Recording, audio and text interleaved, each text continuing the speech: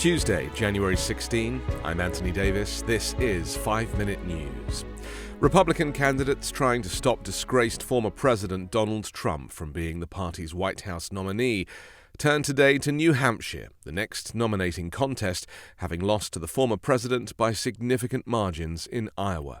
After trouncing his rivals in Iowa despite multiple criminal and civil cases, 77-year-old Trump appeared in a New York courtroom today to defend himself against charges he defamed writer E. Jean Carroll after she accused him of raping her decades ago.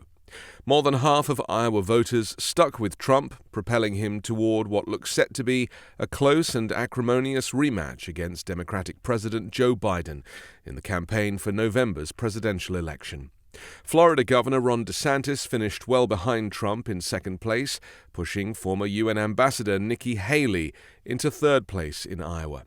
His Iowa triumph confirmed Trump's popularity among MAGA Republicans, even after the January 6 attack on the U.S. Capitol by his supporters and 91 criminal charges that he tried to overturn the 2020 election, retained classified documents, and falsified records over hush money payments to a porn star. Meanwhile, former Arkansas Governor Asa Hutchinson has announced that he is suspending his presidential primary campaign, joining Vivek Ramaswamy, who pulled out last night and endorsed Trump despite Trump's mental health problems and penchant for fascism.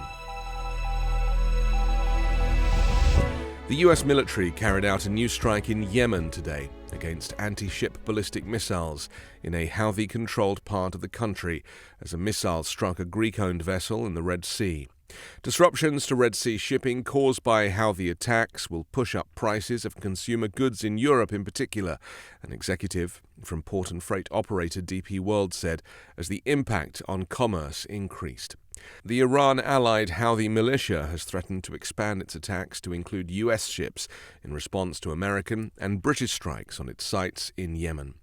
Attacks by the Houthis on ships in the region since November have affected companies and alarmed major powers, an escalation of Israel's more than 3-month-old war with Palestinian Hamas militants in Gaza. The Houthis say they are acting in solidarity with the Palestinians. Two heads of international banking groups attending the World Economic Forum in Davos said privately they were worried the crisis might cause inflationary pressures, which could ultimately delay or reverse interest rate cuts and jeopardize hopes for a U.S. economic soft landing. Aid agencies have begun suspending vital operations in Yemen after the recent U.S. and U.K. strikes on the Houthi targets, amid warnings that further military intervention risks deepening one of the world's worst humanitarian crises.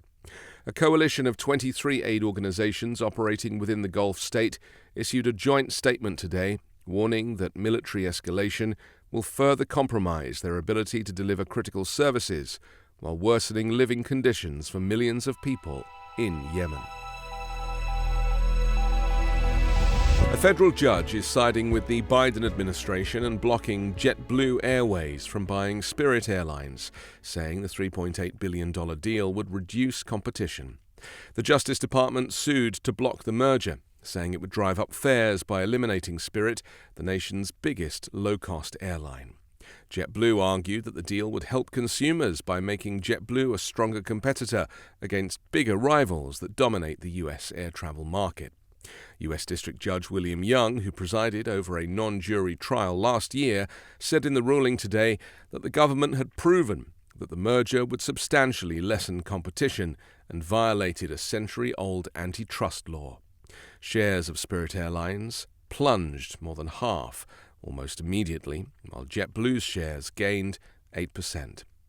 Meanwhile, the ill-fated Boeing 737 MAX remains grounded by the FAA after the rear plug door blew out mid-flight on an Alaska Airlines flight, affecting schedules of United Airlines and Alaska. I'm Anthony Davis. Click the links in the description below to become a member of the 5-Minute News community on YouTube or Patreon and help support independent, unbiased, and essential news for the US and across the world.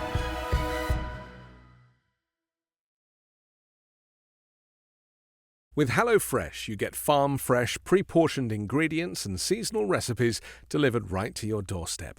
Skip trips to the grocery store and count on HelloFresh to make home cooking easy, fun, and affordable.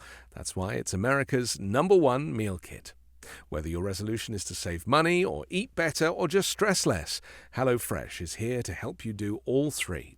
Say hello to your most delicious year yet with fresh ingredients and chef-crafted recipes at a price you'll like, delivered right to your door.